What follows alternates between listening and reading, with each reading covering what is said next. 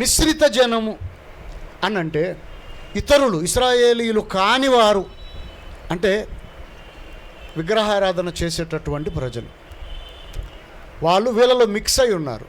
ఇది అనివార్యం, మనం ఏం చేయలేం. ఎక్కడికి వెళ్ళినా సరే మనం ఏం చేయలేం. ఈ మిశ్రిత జనం ఎప్పుడు ఉంటారు, అన్ని చోట్ల ఉంటారు, ఎప్పటికీ ఉంటారు. ఈరోజు క్రైస్తవ సంఘాలలో, ఆలయాలలో, దేవాలయాలలో, క్రిస్టియన్ కమ్యూనిటీలో ఓవరాల్గా ఒక్క మాట చెప్పాలంటే సార్వత్రిక క్రైస్తవ సంఘంలో ఈ మిశ్రిత జనమే ఎక్కువ ఉన్నారు. అసలు సిసలైన విశ్వాసుల కంటే, అసలైన విశ్వాసుల కంటే ఈ మిశ్రిత జనమే ఎక్కువ ఉన్నారు. వీళ్ళు దేవుని ప్రజలైనట్టుగా దేవుని మందిరాలకు వస్తారు, బైబిల్ చదువుతారు, క్రైస్తవ పేర్లే పెట్టుకుంటారు, కానుకలు ఇస్తారు, పాటలు పాడతారు, ప్రార్థన చేస్తారు, పరిచర్య కూడా చేస్తారు, బాప్తిసాలు కూడా పొందుతారు.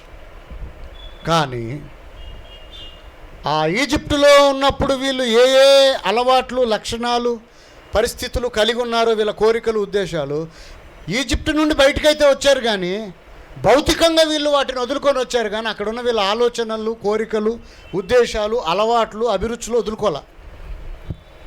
ఆ పాత స్వభావాలు, పాత బ్రతుకులు, పాత ఆలోచనలు, పాత స్వభావము, నైజము వదులుకోవట్లే. ఆ పాత ఆచారాలు, సంప్రదాయాలు, కట్టుబాట్లు వదులుకోవట్ల. ఆ ఆచారాలు మానుకోట్ల.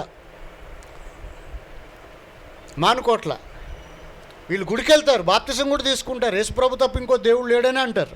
కానీ ఆషాఢం రాగానే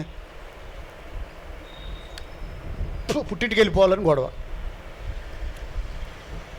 అరే బైబిల్లో ఆషాఢం గురించి లేదే అంటే, అబ్బే మొదటి నుంచి మరి మేము ఒకప్పుడు ఇంకేదో చిన్నపిల్లలకి చాలామంది ఆ నల్లపూసలు దండ కడతారు. ఈ బుక్క మీద ఒక చుక్క, అరికాల్లో ఒక చుక్క, అరిచేతిలో ఒక చుక్క, తాళ్ళు ఏవో కడతారు. ఏంటి అని అంటే దిష్టి పూసలండి, దిష్టి తాళ్ళు అండి. ఇన్ని చుక్కలు ఏంటంటే దిష్టి చుక్క అండి. దేవుడు కాపాడుతాడా చెడు దృష్టి నుంచి? మనం పెట్టిన చుక్క కాపాడుతుందా? మనం కట్టిన పూసల దండ కాపాడుతుందా? ఆ పూసల దండలోనే అంత శక్తి ఉంటే దేవుడు ఎందుకు? మరి మనం ప్రార్థన చేయటం ఎందుకు? దేవుడిని నమ్ముకోవటం ఎందుకు? ఏదో ఒకటే చేయాలి, అదన్నా చేయాలి, అది ఇదన్నా చేయాలి, ఏదో ఒకటే. మిశ్రిత జనము యొక్క లక్షణాలు ఇవన్నీ. ఒక ఇల్లు కట్టాలని అంటే మళ్ళీ మొత్తం నవధాన్యాలు తీసుకొచ్చి అక్కడ పెట్టి, ఇల్లు కట్టేటప్పుడు నవధాన్యాలు వేయాల్సిందే, ఇక వేస్తున్నారు, క్రైస్తవులు కూడా చేస్తున్నారు. బైబిల్ సాంప్రదాయంలో ఇవేవి లేవే, వేస్తున్నారు అంతే.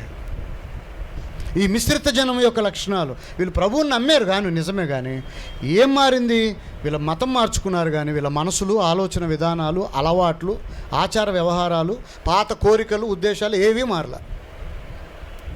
ఒక శుభకార్యం ఏదైనా జరగాలంటే ఖచ్చితంగా ముహూర్తం చూడాల్సిందే. మంచి రోజు ఏది? ముహూర్తాలు బాగున్నాయా?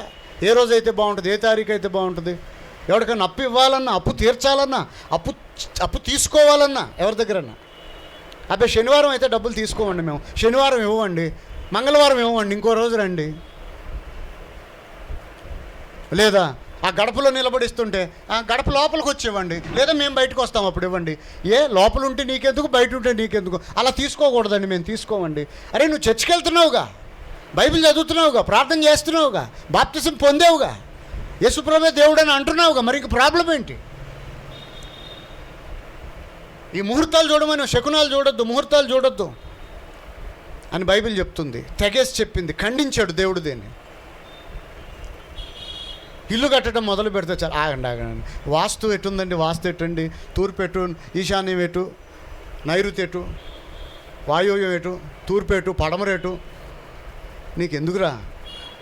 నీ స్థలం ఎంత ఉంది, ఆ స్థలాన్ని బట్టి కట్టుకో, కంఫర్ట్గా ఉండాలని చూసుకో. ఒక చుక్క పడితే నీళ్ళు జర్రని వెళ్ళిపోవాలి, ఎక్కడ ఆగకూడదు. వర్షం నీళ్ళైనా, వాడిన నీళ్ళైనా. కిటికీలు, తలుపులు తెరిస్తే మంచిగా లోపల ఎండబడేటట్టు చూసుకో, గాలి వెలుతురు వచ్చేటట్టు చూసుకో. ఉన్న స్థలాన్ని, ప్రతి అంగుళాన్ని చక్కగా యూజ్ చేసుకో.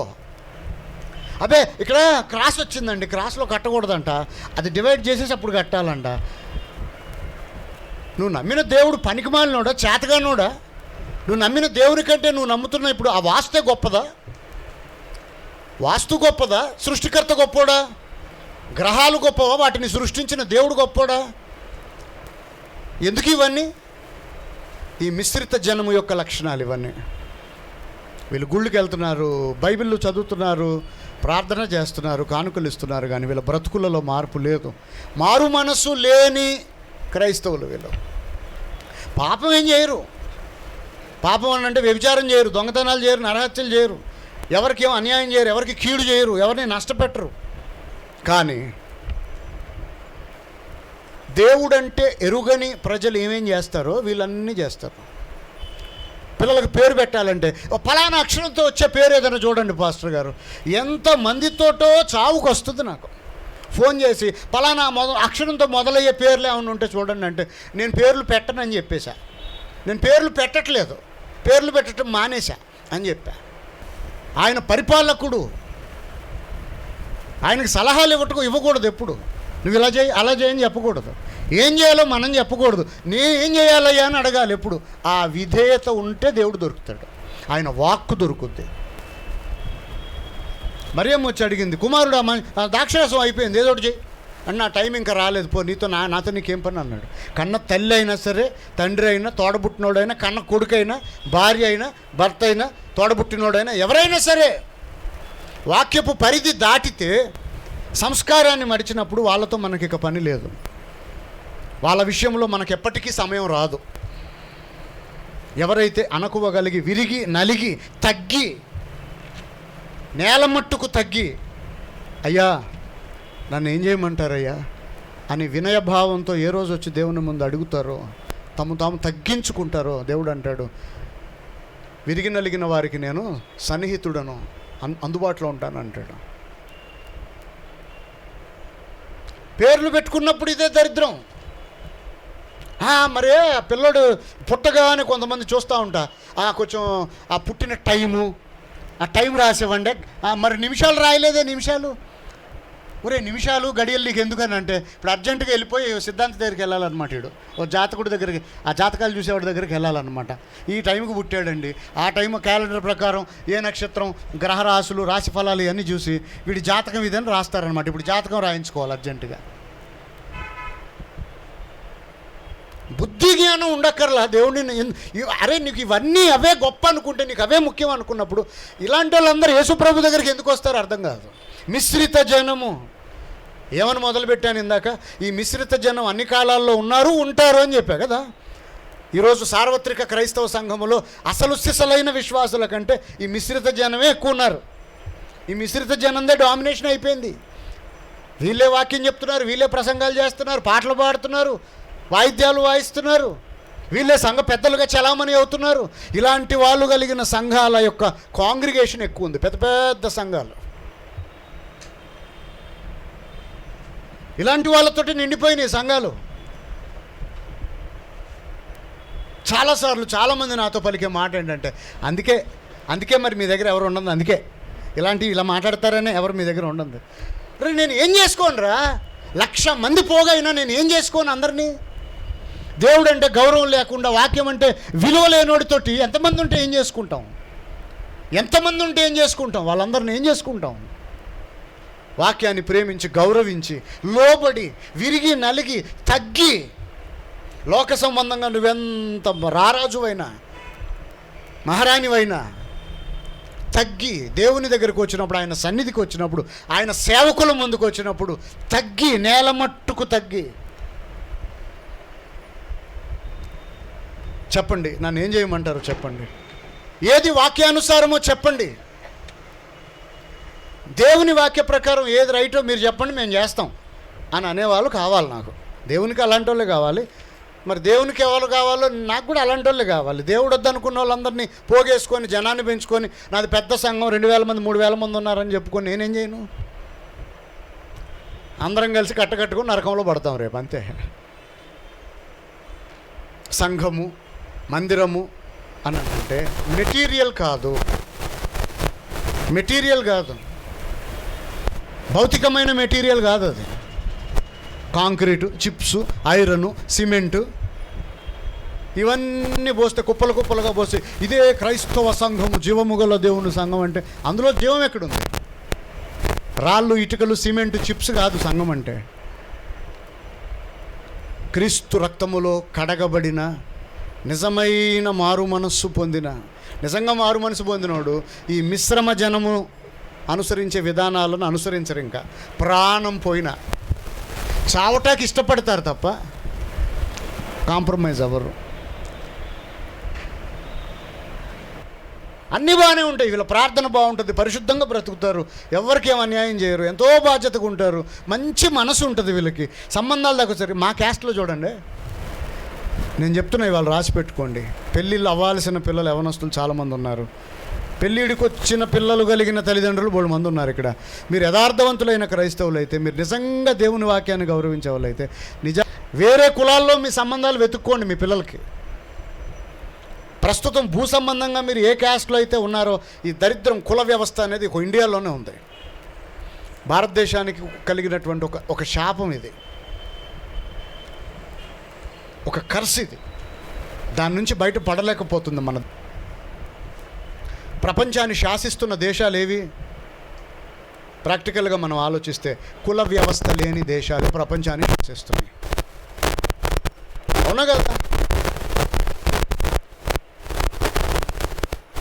క్రీస్తునందున్నవాడు నూతన సృష్టి, పాతవి గతించెను, సమస్తము కొత్తవాయను. ఏది కొత్తదనం మరి? అదే కుల పిచ్చుంది, అదే ముహూర్తాలు, అవే గ్రహాలు, అవే రాశి ఫలాలు, అవే అక్షరాలతో ముడిపడిన పేర్లు. ఎవరినో అడుగుతారు వెళ్ళి, ఆ జాతకాలు చెప్పేవాడినో లేకపోతే ఇంకొకరిని ఏం పేరు పెట్టమంటారు. అంటే బైబిల్ కన్నా, బైబిల్లో ఉన్న దేవుని కన్నా, ఆ బైబిల్ని బోధిస్తున్న, ఆ బైబిల్లో దేవుడికి పక్షంగా సేవ చేస్తున్న దైవ సేవకుల కన్నా ఎవడో జ్యోతిష్కుడికి ఎక్కువైపోయాడు. వాళ్ళకి ఎక్కువ విలువిస్తున్నారు క్రైస్తవులు నిస్సిగ్గుగా. అవన్నా మానేయండి, లేకపోతే యేసుప్రభునైనా వదిలేయండి. అదైనా మానేయండి, ఇదైనా మానేయండి. రెండు పడవల మీద కాలేయొద్దు. ఏదో ఒక మార్గం ఎంచుకోండి. ఇది రైట్ అనిపిస్తే ఈ రూట్లో ఉండండి, స్థిరంగా ఉండండి. ప్రాణం పోయే పరిస్థితి వస్తే ప్రాణాలు వదిలేసుకుందాం అవసరమైతే. No compromise. రాజీ పడకూడని విషయాలు ఏంటి అని అంటే ఆత్మ సంబంధమైన ఏ విషయంలో రాజీ పడద్దు.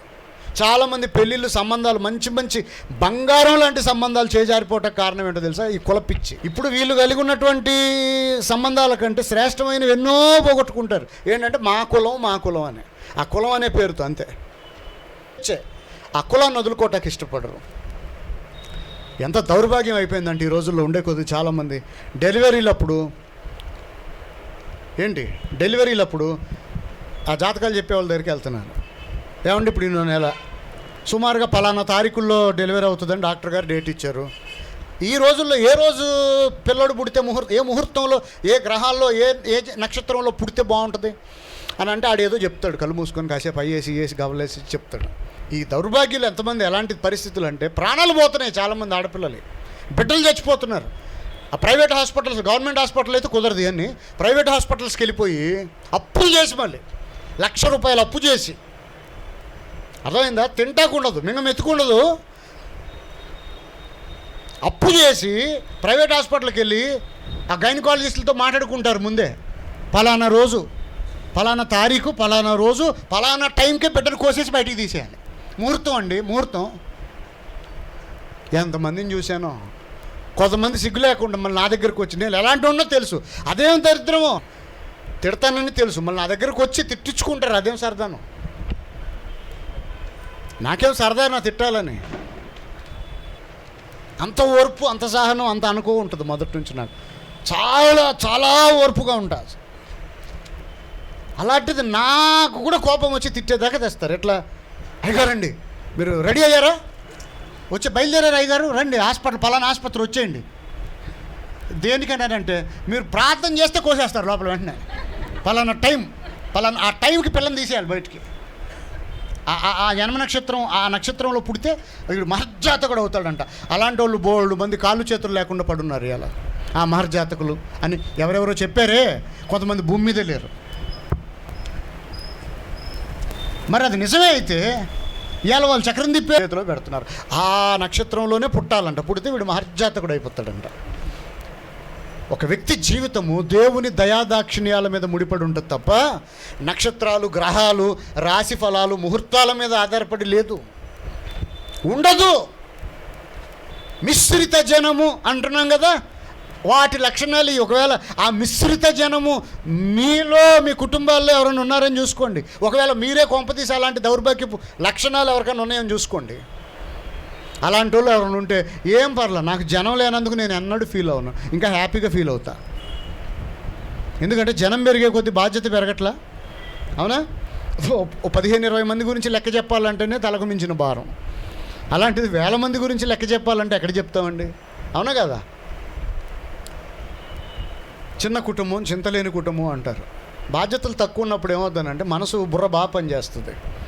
ఆ ఉన్న కొద్ది మంది మీద ఎక్కువ ఫోకస్ పెట్టడానికి, పర్సనల్ కేర్ తీసుకోవటానికి ఆస్కారం ఉంటుంది. నేను పర్సనల్ కేర్ తీసుకుంటా ఎక్కువ, అందుకే నాకున్న పరిధిలో చాలా ఎక్కువ పర్సనల్గా మనసు పెడతా, దృష్టి పెడతా. ఎందుకంటే బాధ్యత కలిగి, భయము కలిగి, దేవునికి నేను లెక్కప్పు చెప్పాలి. హెబ్రీ 13వ అధ్యాయంలో ఉంటుంది, పౌలు అంటాడు, మీ పైన నాయకులుగా ఉన్నవారు, అంటే కాపరి పని చేస్తున్నవాడు ఎవరైతే ఉన్నాడో, మీ ఆత్మలను గూర్చి లెక్క అప్పగించవలసిన వారి వల్ల మీ ఆత్మలను వాళ్ళు కాపలా కాస్తున్నారు. అది చాలా పెద్ద పని అండోయ్.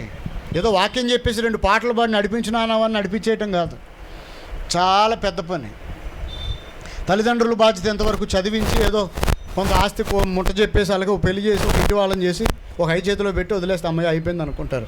కాపరి బాధ్యత వీళ్ళ నిత్యత్వం వరకు ఉంటుంది. చచ్చిపోయిన తర్వాత వీళ్ళ నిత్య జీవితము, ఎటర్నిటీ అనే ఉంది కదా, నిత్య జీవితం, దాన్ని దృష్టిలో పెట్టుకొని చేస్తాను నేను ఏం చేసిన. అందుకే భౌతికమైన పర్యవసానాల గురించి నేను ఆలోచించను. పరిస్థితులు ఎలా వస్తున్నాయి, నేను ఫైనాన్షియల్గా నేను వెనకబడిపోతానేమో, సపోర్ట్ చేసే వాళ్ళు ఎవరన్నా డ్రాప్ అయిపోతారేమో, ఇవన్నీ పట్టించుకోను నేను. అందుకే పట్టించుకోను, స్పాన్సర్స్ గురించి పట్టించుకోను. అవన్నీ పట్టించుకుంటే వేరేలా ఉండేది కథ. అబ్బో 28 సంవత్సరాల సేవ అంటే మాటలేంటి. నేను సేవ మొదలుపెట్టే 28 ఏళ్ళు అంటే ఇక్కడ ఉన్న వాళ్ళలో చాలామంది అప్పటికి ఇంకా పుట్టలేదు. మీలో చాలామంది పుట్టకముందే నేను దేవుని సేవ మొదలు పెట్టేసా. 28 సంవత్సరాల సేవ నా జీవితం. చిన్నపిల్లోడిని ఏం కాదు, లోక సంబంధంగా కూడా చదివే జీవితం కాకపోయినా కొద్దో గొప్ప చదువు లేకుండా ఏం లేను కదా. లోక జ్ఞానం లేదా, కావలసిన దానికంటే ఎక్కువే ఉంది. వాక్య పరిజ్ఞానం లేదా, 3వ తరం ఈనాడు దేవుని సేవలో. తాతయ్య దేవుని సేవలో ఉన్నారు, డాడీ సేవ చేశారు, పెదనాన్నలు, చిన్నాన్నలు, మేనమామలు, అంత దేవుని సేవకుల కుటుంబం తరతరాలు. అలా అని వంశపారంపర్యంగా సేవకు రాలా నేను. దేవుడు నాతో మాట్లాడి నా సేవ చేయమని చెప్తే నేను వచ్చా. దేవునితో ఒక అనుబంధాన్ని ఏర్పరచుకొని వచ్చా, ఆ విలువ తెలుసుకొని వచ్చా, భయము కలిగి బ్రతుకుతున్నా. కాబట్టి పర్యవసానాల గురించి నేను ఎప్పుడు ఆలోచించను. అందుకే బైబిల్లో ఏదుందో అది చెప్తూ పోతా. ఏదైనా ఏ సబ్జెక్ట్ విషయమైనా, సందర్భం ఏదైనా, పరిస్థితులు ఎలాంటి పరిస్థితులైనా ఒక్క విషయం గుర్తుపెట్టుకోండి, ఎప్పుడు చెప్తున్నా నేను, మళ్ళీ చెప్తున్నా. పరిస్థితులు మారిపోతూ ఉంటాయి, ఎప్పటికప్పుడు సందర్భాలు మారిపోతుంటాయి, రకరకాల పరిస్థితులు వస్తాయి మన లైఫ్లో. ఏ పరిస్థితులలో ఉన్నా మన క్యారెక్టర్ ఒకలాగే ఉండాలి.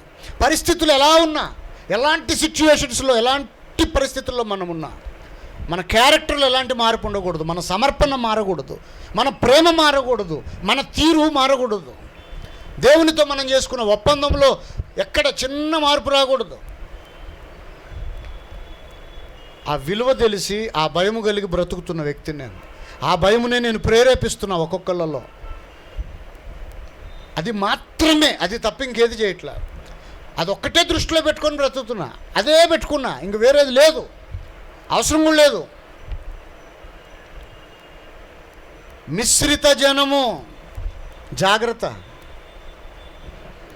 జాగ్రత్త. నేను దేవుని బిడ్డను, నేను ఒక క్రైస్తవుని, క్రైస్తవురాలను అనుకున్నప్పుడు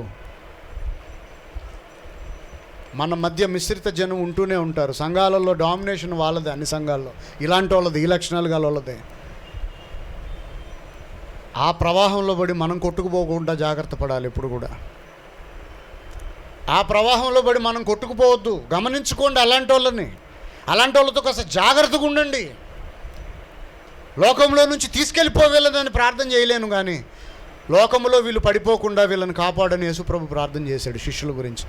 లోకములో నుండి వీళ్ళను కొనిపోమ్మని, తీసుకెళ్ళిపోమ్మని ప్రార్థన చేయట్లేదు, కానీ లోకములో వీళ్ళు పడిపోకుండా, లోకం మాలిన్యం వీళ్ళు అంటించుకోకుండా వీళ్ళను ప్రత్యేకపరచయ్యా అని తండ్రిని ప్రార్థించాడు యేసుక్రీస్తు.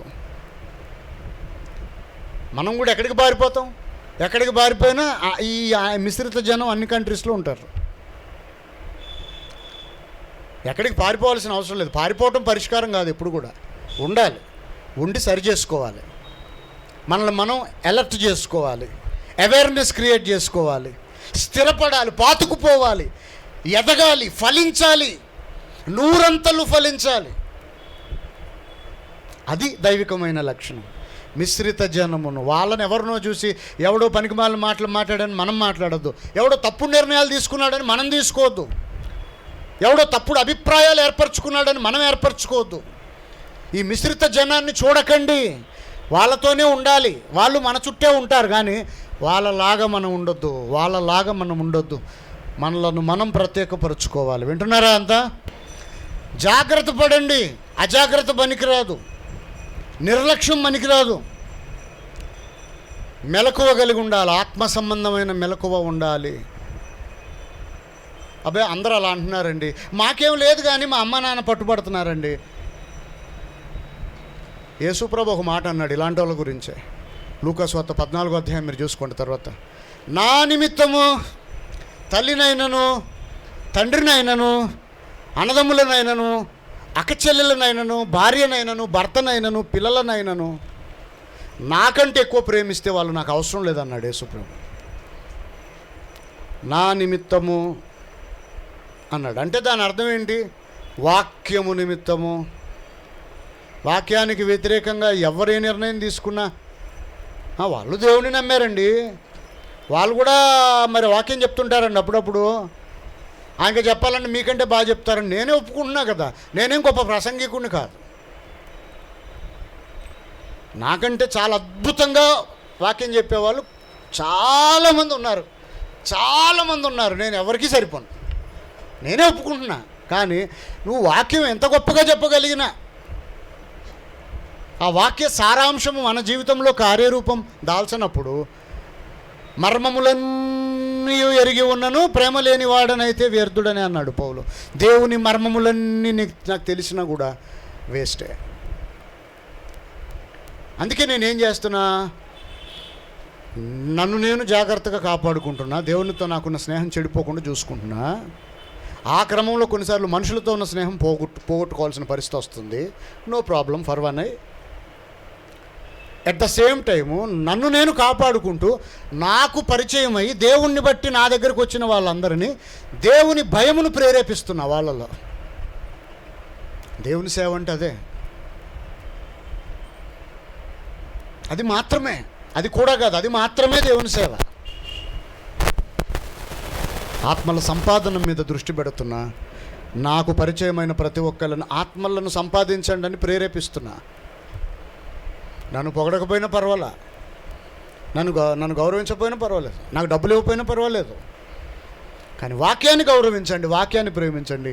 ఎందుకు ఈ మాట? నన్ను గౌరవించకపోయినా నిజంగా వాక్యాన్ని గౌరవించేవాడు ఎలాగో నన్ను గౌరవిస్తాడు. విడిగా నేను చెప్పాల్సిన అవసరం లేదు, నన్ను గౌరవించాను. వాక్యాన్ని గౌరవించినోడు నన్ను గౌరవించకుండా ఎలా ఉంటాడు కదా? తల్లి గర్భంలో బిడ్డ ఎదగాలని అంటే ఆ తల్లి యొక్క పేగుతోటి ముడిపడి ఉంటేనే ఆ బిడ్డ బ్రతుకుద్ది, సర్వైవ్ అవుతుంది, ఫ్యూచర్ ఉంటుంది. అది పరిపూర్ణంగా ఎదగాలని అంటే ఆ తల్లి బొడ్డు పేగును కట్ చేస్తే అది చచ్చిపోతాడు, అక్కడే అయిపోయి. దేవునికి దగ్గర అవ్వాలనుకున్నాడు దేవుని వాక్యంతో ముడిపడి అనుసంధానం అయిపోయి ఉండాలి. సో మిశ్రిత జనము యొక్క లక్షణాలు మనం తెచ్చుకోకూడదు, జాగ్రత్త. ఇశ్రాయేలీల పతనానికి అదే కారణమైంది ఆ రోజు, ఇశ్రాయేలీల నాశనానికి అదే కారణం. మిశ్రిత జనమును చూసి వీళ్ళు మారకూడదు, వీళ్ళను చూసి మిశ్రిత జనము దేవుని వైపుకు రావాలి. హల్లెలూయా. మనలను చూసి దేవుని ఎరుగని ప్రజలు దేవుణ్ణి తెలుసుకోవాలి, దేవుని ప్రేమను మన ద్వారా వాళ్ళు తెలుసుకోవాలి. దేవుని వాక్యపు విలువ మన ప్రవర్తన ద్వారా, మనం అనుసరించే విధానాల ద్వారా, మనం తీసుకునే నిర్ణయాల ద్వారా దేవుని వాక్యం యొక్క విలువ మనల్ని గమనిస్తున్న వాళ్ళకి అర్థం అవ్వాలి. అరే, ఈ వాక్యం అంటే, బైబిల్ అంటే ఇంత గొప్పదా, దీనికి ఇంత విలువ ఉందా, ఏంటి వీళ్ళు వాక్యం అని పడి చచ్చిపోతున్నారు, వీడేంటో వింత జీవిలా ఉన్నాడే, అందరికీ భిన్నంగా ఉన్నాడే. అవును, భిన్నంగానే ఉండాలి, బైబిల్ చెప్తుంది అదే. ఆ ప్రత్యేకత చూసేవాడికి కనబడాలి మనలో. మనం ఎక్కడున్నా మళ్ళీ చెప్తున్నా, ఈ మిశ్రిత జనం నుంచి మనం పారిపోలేం. ఈ భూమి మీద ఉన్నంతకాలం మిశ్రిత జనంతో పాటే ఉండాలి, బ్రతకాలి అంతే. కానీ మనం ప్రత్యేకంగా ఉండాలి. అంటే వాళ్ళతో ఎవరితో మాట్లాడొద్దని కాదు, ఎవరింటికి వెళ్ళొద్దని కాదు, అందరితో కలిసి ఉండాలి నిజమే. కానీ వాళ్ళలాగా మనం చేయొద్దు. మనము వాళ్ళను దేవుని పక్షంగా ప్రభావితం చేయాలి జీవితకాలంలో, తప్ప వాళ్ళ ప్రభావానికి మనము గురి కావద్దు అని బైబిల్ సారాంశం, ఎసెన్స్ ఆఫ్ ద లా. ఈవేళ ఈ అంశాన్ని మనం కంక్లూడ్ చేసేద్దాం అని అనుకున్నాం కదా పోయిన వారం. ఈ వారంకి ఇది ఫుల్ స్టాప్ పెట్టేద్దాం అనుకున్నాం కదా, మరి పెట్టేయాలి. 10 నిమిషాల్లో కంక్లూడ్ చేసేద్దాం. మరి కీలకమైంది, కష్టమే, చాలా కష్టమే నాలాంటి వాడికి. కానీ మరి ఏం చేద్దాం, మాట తప్పకూడదు కదా, మరి ట్రై చేద్దాం. ఇక్కడ ముఖ్యాంశం ఒకటి తప్పనిసరిగా మనం దృష్టి పెట్టుకోవాలి. ఇక్కడ వీళ్ళ ఏడుపుకు కారణము కేవలము మిశ్రిత జనమును చూసి మాంసం కోసం మాత్రమే కాదు. ఇక్కడ వీళ్ళ ఏడుపు ఇంకొక ప్రాముఖ్యమైన సబ్జెక్టు కూడా ఉంది ఇక్కడ. ఆ మిశ్రిత జనాన్ని చూసి మాంసం కోసం ఏడ్చారు. ఇంకేం చేశారు ఇక్కడ చూడండి, ఏమని రాసింది 6వ వచనం చూడండి. ఈ మన్నా కాక మా కనుల ఎదుట మరి ఏమీ లేదని చెప్పుకొనిరి. ఏమనుంది 5వ వచనం నుంచి ఒకసారి మనం చూస్తే, ఐగుప్తులో మేము ఉచితంగా తిన్న చేపలు, కీరకాయలు, దోసకాయలు, కూర ఆకులు, ఉల్లిపాయలు, తెల్ల గడ్డలు జ్ఞాపకానికి వచ్చుచున్నవి. ఇప్పుడు మా ప్రాణము సొమ్మసిల్లెను. ఈ మన్నా కాక మా కనుల ఎదుట మరి ఏది లేదని చెప్పుకొనిరి. వీళ్ళ ఏడుపుకు కారణము, వీళ్ళ అభిరుచులకు కారణము మిశ్రిత జనము. అయితే వీళ్ళు ఏమి ఏడుస్తున్నారని అంటే, బాధ ఏంటంటే ఎప్పుడు మన్నాదే, రోజు మన్నా తినాలి 24 గంటలు. ఇక మన్నా తప్ప ఇంకొకటి లేదా? ఊరికే మన్నానేనా? మాకు ఇంకొక ఆప్షన్ లేదా? ఈరోజు క్రైస్తవుల పరిస్థితి మెజారిటీ 97% ఇదే. అబ్బాబాబా ఊరికే వాక్యమేనా? ఇక ఈ సందర్భం ఏదైనా కానీ మళ్ళీ వాక్యం అంటాడు. ఏ పరిస్థితి గురించి మాట్లాడినా వాక్యం ప్రకారం చూసుకోమంటాడు. ఇక ఊరికే వాక్యమేనా? ఈ వాక్యము తప్ప మాకు ఇక వేరే దారి లేదా? ఇంకో ఆప్షన్ లేదబ్బా, మాకు విసుగెత్తిపోయిందబ్బా, బోర్ కొట్టేస్తుంది ఊరికే వాక్యం వాక్యం. ఏం చెప్పినా వాక్య ప్రకారం అది తప్పు, వాక్య ప్రకారం అలా మాట్లాడకూడదు, వాక్య ప్రకారం ఇక్కడికి వెళ్ళకూడదు, వాక్య ప్రకారం ఇలా చేయకూడదు. వాక్యం వాక్యం వాక్యం ఊరికండి బాబా, బోర్ కొట్టేస్తుంది విని విని, ఆ మాటే వాడద్దు మా దగ్గర అని ఎంతోమంది గగ్గోలు పెట్టేస్తున్నారు ఈనాడు. వాక్యం వద్దంట, విసుకొచ్చేసిందంట, బోర్ కొట్టేస్తుందంట. ఊరుకోండి కాసేపు, మీరు మీ వాక్యం పక్కన పెట్టేయండి, ఆ రూల్స్ మాట్లాడకండి, ఊరికే వాక్యం, ఆ వాక్యం పక్కన పెట్టి మాట్లాడండి ఏదైనా. మా కన్నుల ఎదుట ఈ మన్నా తప్ప మరి ఏదీ లేదు అని ఏడిచారంట. మన్నా కాక మరి ఇంకేం కావాలి? మన్నా విలువ వీళ్ళకి తెలియట్లేదు. ఈనాడు చాలామంది క్రైస్తవ సమాజంలో దేవుని ప్రజలుగా ఎన్నిక చేయబడిన వాళ్ళు, పేరు పెట్టుకొని తిరుగుతున్న వాళ్ళ పరిస్థితి ఇదే. ఎందుకు దేవుని మందిరాలకు రాలేకపోతున్నారు రెగ్యులర్గా అని అంటే, వాక్యము విలువ తెలియదు వీళ్ళకి. మన్నా వద్దంట, ఇంకేదో కావాలంట. వాక్యం వద్దంట, వెగటేసింది వీళ్ళకి, ఎక్కువైపోయింది. వీడు కావాలంటే దొరుకుద్దా ఏంటి? అది దేవదూతల ఆహారము, మహిమ ప్రపంచానికి సంబంధించినది. అది దేవుడు దయదలిచి ప్రేమించి కృప చూపి ఉచితంగా ఆ నిత్య మహిమకు సంబంధించినటువంటి, ఆ మహిమ ప్రపంచానికి సంబంధించిన ఆహారాన్ని దేవుడు వీళ్ళకిస్తే విలువ తెలియట్లా. మళ్ళీ వాక్యమేనా? అబ్బా రోజు వాక్యమేనా? ఊరికే అన్ని సందర్భాల్లో పెళ్ళప్పుడు వాక్యం అంటారు, చావులప్పుడు వాక్య ప్రకారం అంటారు, ఇల్లు కట్టుకుందామంటే వాక్యానికి వ్యతిరేకం అంటారు, పేర్లు పెట్టాలంటే వాక్యానికి వ్యతిరేకం అంటారు, ముహూర్తాలు చూద్దామంటే వాక్యానికి వ్యతిరేకం. వాక్యం వాక్యం వాక్యం ఊరికే వాక్యమేనా? ఎంతోమంది వాక్యం చదివే అలవాటు లేదు, బైబిల్ ధ్యానించే అలవాటు లేదు. క్రైస్తవ సమాజంలో ఇటీవల కాలంలో మరీ దరిద్రం అయిపోయింది. ఆ బైబిల్ పట్టుకొని తిరుగుతుంటారు, కార్లలో డాష్ బోర్డులలో పెట్టుకుంటారు, ఆటోలకు స్టిక్కర్లు అంటిస్తారు, బండ్లకు వాక్యాలు అంటిస్తారు, ఇంట్లో వాక్యాలు రాసుకుంటారు. కానీ వీళ్ళ జీవితంలో దేవుని వాక్యం వీళ్ళ గౌరవం లేదు, విలువ లేదు, కోరిక లేదు, ఆకలి లేదు. వీళ్ళ ఆకలి అంతా వేరే వాటి మీద. బైబిల్ ఏం చెబుతుంది? యెహోవా ధర్మశాస్త్రమునందు ఆనందించుచు, ఉసూరుమంట కాదు, తప్పదు కదరా బాబు బైబిల్ చదవాలి, తప్పదు కదా అన్నట్టు చదవటం కాదు, ఆనందించుచు. ఇష్టమైన మీకు ఎవరెవరికి ఏ ఏ పదార్థం ఇష్టమో చెప్పండి, గుర్తు చేసుకోండి. మీకు నచ్చిన ఆహారము నిజంగా మీకు నచ్చింది అయితే ఆ ఎదురుగా పెడితే ఉసూరుమంట తప్పదు కదా అని ఏడ్చుకుంటూ బావురుమని ఏడ్చుకుంటూ తింటారా? తప్పదు కదా అని సంతోషంగా మనస్ఫూర్తిగా ఆ రుచులను ఆస్వాదిస్తూ మెల్లిమెల్లిగా కొంచెంగా, అవునా, ప్రేమతో తింటాం కదా. యెహోవా ధర్మశాస్త్రమునందు ఆనందించుచూ ధ్యానించటం అంటే అది. ఆ వాక్యం విలువ తెలిస్తే దేవుడు ఎందుకు చెప్పాడు ఆ మాట అనేది అర్థమైతే కొంచెం ఏమన్నా టైం ఆటోమేటిక్గా వస్తుంది బైబిల్ చదువుకోవటానికి. ఒక సిగ్గుకరమైన విషయం చెప్పనా, చాలామంది క్రైస్తవులు దేవుని బిడ్డలు సంవత్సరాలలో దొరికిపోతూ ఉంటాయి ప్రభుని నమ్ముకొని, లేదా తరతరాలు పుట్టు క్రైస్తవులు ఉంటారు చాలామంది.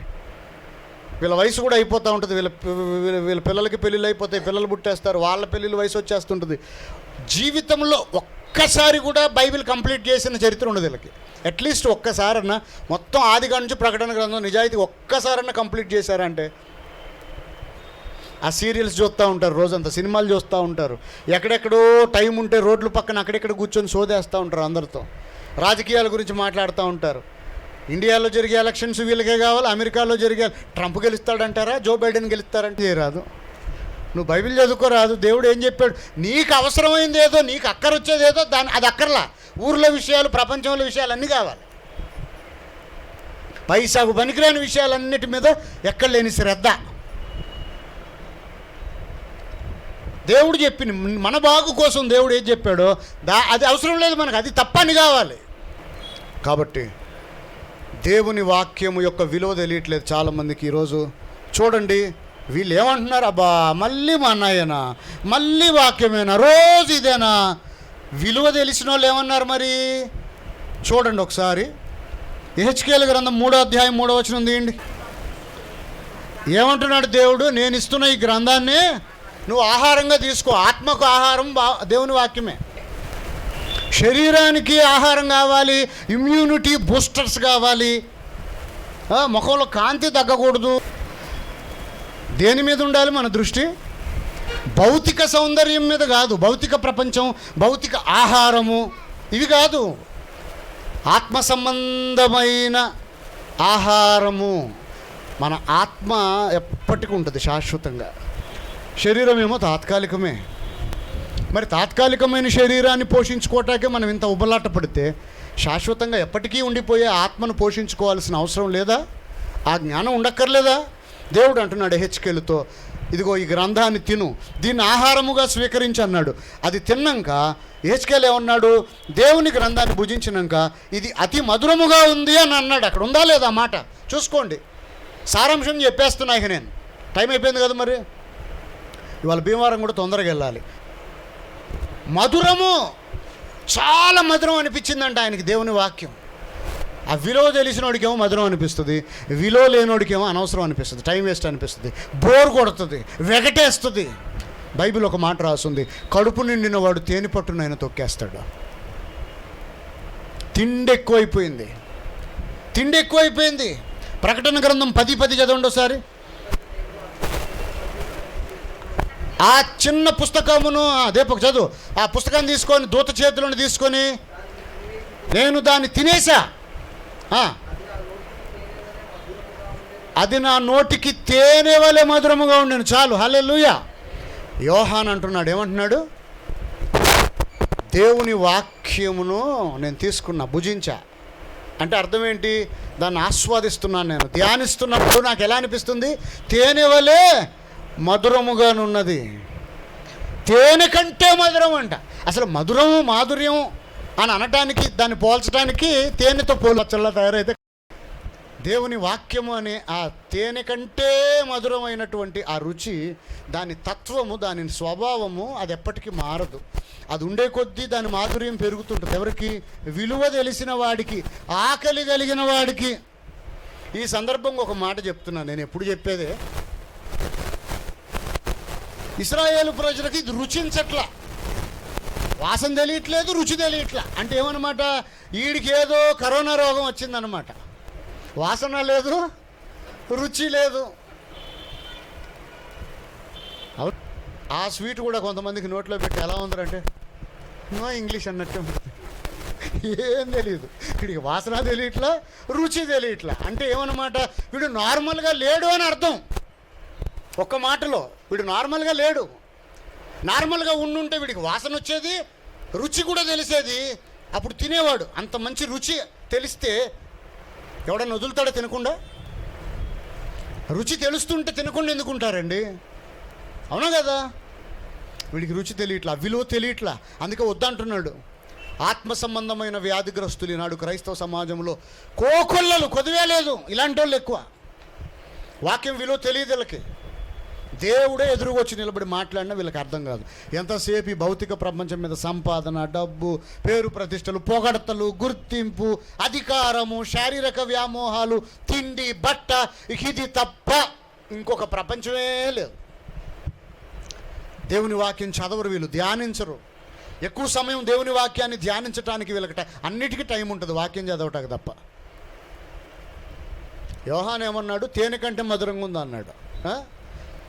హెచ్కేలు ఏమన్నాడు? అబ్బో నోట్లో పెట్టుకోగానే భలే టేస్టీగా ఉందన్నాడు. ఇంకా అక్కడతో అయిపోయిందా? కీర్తనలు 19వ అధ్యాయం 10 చూడండి ఒకళ్ళు. 119వ కీర్తన కూడా ఎవరన్నా తీయండి ఒకసారి. కీర్తనలు 19వ అధ్యాయం 10వ వచనం ఒకళ్ళు తీయండి. 119వ కీర్తన ఒకసారి చూడండి. 146వ వచనం. 19వ కీర్తన 10 చదవండి ఎవరైనా ముందు. కీర్తనల గ్రంథం 19:10 ఎవరైనా. అవి బంగారము కంటేను విస్తారమైన మేలిమి బంగారం కంటే కోరదగినవి, తేనె కంటేను జుంటి తేనె దారుల కంటేను మధురమైనవి. ఎవరికి దేవుంటున్నాడు దావీదు? దేవుని వాక్యం గురించి దావీదు ఏమంటున్నాడండి? జుంటి తేనె దారుల కంటే మధురమైంది, వెండి బంగారాల కంటే కోరదగింది. వెండి బంగారాలు కావాలా, దేవుని వాక్యం కావాలా అని అంటే దావీదులు ఏమంటారు? ఏ జనరేషన్లో ఉన్నా సరే, ఏ కాలంలోనైనా దావీదులు ఏమంటారు? ఎవడైనా సరే నాకు దేవుని వాక్యమే కావాలంటారు. అవును కదా? సౌలులు, ఈ బాపతంతి బ్యాచ్ ఉంటారే, వీళ్ళందరూ ఏమంటారు? బంగారమే కావాలంటారు. 119వ కీర్తన చూడండి, 146వ వచనం.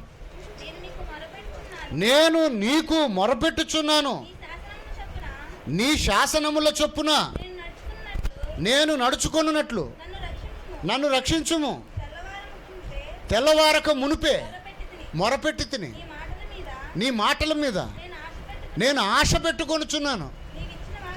నీవిచ్చిన వాక్యము నేను ధ్యానించుటకై నా కన్నులు రాత్రిజాములు కాకమునిపే తెరుచుకొందును. గమనించారా? దావీదు ఏమంటున్నాడు? ఎప్పుడు మనసంతా నీ వాక్యం మీదే ఉంది, నా కళ్ళు తెరుచుకొని ఉన్నా, నా దృష్టి అంతా నీ వాక్యం మీదే, ఎప్పుడెప్పుడు నీ వాక్యం ధ్యానించాలని ఆరాటం అయిపోతుంది నాకు అంటున్నాడు. ఆయన ఎవరు? ఓ దేశాన్ని పరిపాలిస్తున్న మహారాజు కదా. ఆయన కంటే గొప్ప డబ్బులు ధనవంతులు ఉన్నారు ఏంటి క్రైస్తవ సమాజంలో? వరల్డ్ వైడ్గా ఈరోజు ప్రపంచవ్యాప్తంగా. ఒట్టి డబ్బు విషయంలోనే కాదు గొప్పోడు ఆయన. ఆయన ఆ డబ్బు విషయంలోనే కాదు, దేశానికి రాజు. ఆయన కంటే పెద్ద పదవిలో ఉన్నారా క్రైస్తవులు ఎవరైనా ఇప్పుడు? బిజీ అంటారు. మరి అంత బిజీ పర్సన్ దేశం మొత్తాన్ని పరిపాలించాలి కదా. అన్ని మంచి చెడ్డలు చూసుకోవాలి, శత్రువుల గురించి యుద్ధాలు చూసుకోవాలి, దేశంలోని కరువు కాటకాలు రాకుండా చూసుకోవాలి, తగువులు వస్తూ ఉంటాయి, క్యాబినెట్లో మంత్రుల మధ్య గొడవలు, ఇవన్నీ సమన్వయపరుచుకోవాలి. మళ్ళీ కొడుకులు, కూతురు, అబ్బో ఒక్కొక్కడు ఒక్కొక్క క్యారెక్టర్, ఇంతమందిని బ్యాలెన్స్ చేసుకుంటూ పాపం నలిగిపోయాడు బిడ్డ. కానీ ఇంత బిజీ షెడ్యూల్లో, ఇన్ని ఒత్తిళ్లలో తాను మర్చిపోని విషయాలు ఏంటో తెలుసా? దేవుని మందిరాన్ని మర్చిపోలేదు, దేవుని వాక్యాన్ని ధ్యానించడం మర్చిపోలేదు, దేవుని సన్నిధిలో ప్రార్థించడం మర్చిపోలేదు. ఇవాళ చిన్న వ్యాపారాలు చేసినా, చిన్న చితక ఉద్యోగాలు చేసినా, ఏదో చిన్న ఉద్యోగాలు చదువులు చదువుకుంటున్నా, చిన్న ఇల్లు కట్టుకుంటున్నా సరే, ఈ పాటి దానికే ఒక భార్యను కలిగి ఒకళ్ళిద్దరు పిల్లలు కలిగి ఉన్న వాళ్ళే మాకు టైం ఉండట్లేదండి బైబిల్ చదువుకోవటానికి, మాకు ప్రార్థన చేసుకునే అంత టైం లేదండి, మేము మా వ్యాపారంలో చాలా బిజీ, కాలేజీలో బిజీ, ఇలా అబ్దుల్ కలాంలో పోనీ అని అంటే ఏం ఉండదు, పొట్ట చింపితే అక్షరం ఉండదు ఒక్కొక్కడికి. మాకు బిజీ అండి చాలా, మా కాలేజీలో బిజీ, స్కూల్లో బిజీ, వ్యాపారంలో బిజీ, ఉద్యోగంలో బిజీ. ఏవో కారణాలు చెప్తున్నారు. నేను ఒకటే అడుగుతున్నా ఈరోజు క్రైస్తవ సమాజాన్ని, రేపు భవిష్యత్తులో యూట్యూబ్లో అప్లోడ్ అయినాక ఈ వాక్యం వినేవాళ్ళని కూడా అడుగుతున్నా, దావీదు కంటే మీరు గొప్పోళ్ళ, దావీదు కంటే మీరు బిజీయా? ఆ దావీదు ఒక్కరోజు కూడా దేవుని వాక్యాన్ని ధ్యానించటం మానలేదు. పగటిపూట టైం లేకపోతే రాత్రులు నిద్రలు మానుకొని కూర్చున్నాడు. అలాగే కూర్చొని దేవుని వాక్యాన్ని ధ్యానిస్తూ అంటాడు కదా, తేనెల కన్నా తీయగనున్నా నీ మాటలను ధ్యానించాలని, తేనెల కన్నా తీయగనున్నా నీ మాటలను ధ్యానించాలని. భక్తులందరూ ఏమన్నారు? నీ వాక్యం తేనె కంటే మధురం, రుచిగా ఉంది, మహాద్భుతంగా ఉంది అని అన్నారు.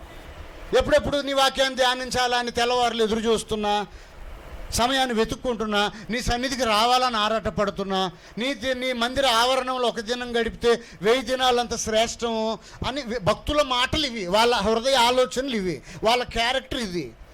ఈ క్యారెక్టర్కి రివర్స్లో ఉందనుకోండి ఎవరికైనా, వాడు భక్తులా భ్రష్టులా అనేది ఆలోచన చేయాలి ఎవరికి వాళ్ళే. ఈ గుణం లేదనుకోండి ఎవరిలోనైనా, ఈ ఆకలి లేదు, దేవుని సన్నిధి అనే విలువ లేదు, అరే ఎప్పుడెప్పుడు మళ్ళీ ఆదివారం వస్తుంది నేను దేవుని సన్నిధికి వెళ్ళిపోవాలనే ఆ యాంగ్జైటీ లేదు అని అర్థం ఏంటంటే వీడికి రోగం వచ్చింది ఆత్మ సంబంధంగా. ఆ విలువ తెలియట్లే, ఆకలి చచ్చిపోయింది, వాసన లేదు, రుచి తెలియట్లే, అందుకే వీడేం తినలేకపోతున్నాడు. నో ఇంగ్లీష్ అన్నట్టే ఉంది. అందుకే దేవుని సన్నిధికి రావటం తప్ప మిగతా అన్ని చోట్లకి వెళ్తారు వీళ్ళు. వాక్యం చదవటం తప్ప మిగతా అన్ని పనులు చేసుకుంటారు. మిశ్రిత జనము యొక్క లక్షణాలు ఇవన్నీ. ఇశ్రాయేలీలకి వాక్యం ఎక్కువైపోయింది, వెగటేసేసిందంట. మరి ఈరోజు మన పరిస్థితి ఏంటో ఒకసారి మనం చెక్ చేసుకోవాలి. చదువులో వెనకబట్ట కొంపలంటూ పోయేది ఏం లేదు, ఎంత చదువులు చదివినా చచ్చిపోతాం రేపు. చచ్చిపోయాక ఆ మహిమ ప్రపంచంలో ఈ భూమి మీద మనం చదివిన సర్టిఫికెట్లు పనికిరావు, చెల్లవు. మా అమ్మ చాలా నిత్యత్వంలోకి వెళ్ళాలంటే అక్కడ మనకు ఉండాల్సిన అర్హత ఏంటంటే, ఈ భూ సంబంధమైన చదువులో వెనకబడ్డ పెద్ద నష్టం లేదని చెప్తున్నాను. అందుకే వ్యాపారాల్లో కొంచెం వెనకబడ్డ నష్టమేం లేదు, ఉద్యోగంలో 1 రోజు 2 రోజులు వెనకబడినా నష్టమేం లేదు, అవి నష్టపోయినా పర్లేదు. కానీ దేవుని సన్నిధిని ఎలా మిస్ అవుతారు క్రైస్తవులు నాకు అర్థం కాదు. నిజంగా దేవుడు వాక్యం విలువ తెలిస్తే, అరే దేవుడు ఈరోజు నా కాపరి ద్వారా నాకు ఏమి ఆ వాక్యం అనే ఆహారం ఇవ్వాలి నాకు ఇస్తాడు, నేను ఆత్మీయంగా ఎదగాలి, నా ఆకలి తీర్చుకోవాలన్న ఆకలి ఉండొద్దా? ఎక్కడికి వెళ్ళటం వెళ్లకుండా మానేసినా పర్లేదు, కానీ దేవుని మందిరాన్ని నిర్లక్ష్యం చేయకండి. ఇది ఇశ్రాయేలు ప్రజల నాశనానికి దారితీసిన కారణాల్లో ఇది ముఖ్యమైన కారణం. మన్నా విలువ వాళ్ళకు తెలియలేదు, మన్నాను రిజెక్ట్ చేశారు. ఈరోజు దేవుని వాక్యాన్ని మనం ఒకవేళ రిజెక్ట్ చేస్తున్నామా? వాక్యం ఎడల మన వైఖరి ఏంటి, మనం ఇచ్చే విలువ ఏంటి, వాక్యంకి మనం ఇచ్చిన స్థానం ఏంటి, వాక్యం ధ్యానిస్తున్నప్పుడు మన భావాలు ఏంటి, మన ఫీలింగ్స్ ఏంటి, ఆ రుచిని మనం ఆస్వాదించగలుగుతున్నామా లేదా? మోకరించండి, ప్రార్థన చేసుకుందాం. హల్లెలూయా, హల్లెలూయా, హల్లెలూయా, హల్లెలూయా.